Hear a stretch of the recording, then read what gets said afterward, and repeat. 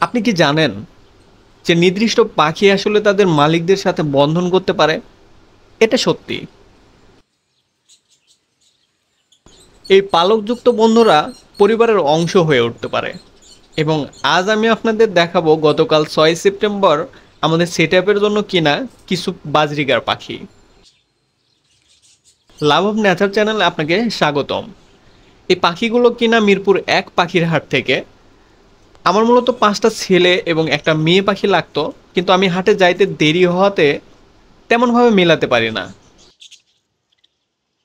অপরদিকে পাখি ভালো লাগাতে কিনতে গিয়ে ৯ পিস কিনে ফেলি। মাশাল্লাহ, এই ৯ পিস পাখির মধ্যে ১ পিস পাখি হাতের আশেপাশে থাকতেই পছন্দ করে।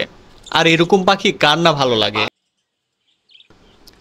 বাংলাদেশে সাধারণভাবে যে পাখিগুলো পাওয়া যায় তার সবই মিরপুর ১ পাখির হাটে আপনি পেয়ে যাবেন। তবে বিশেষভাবে সতর্কতা অবলম্বন করতেই হবে।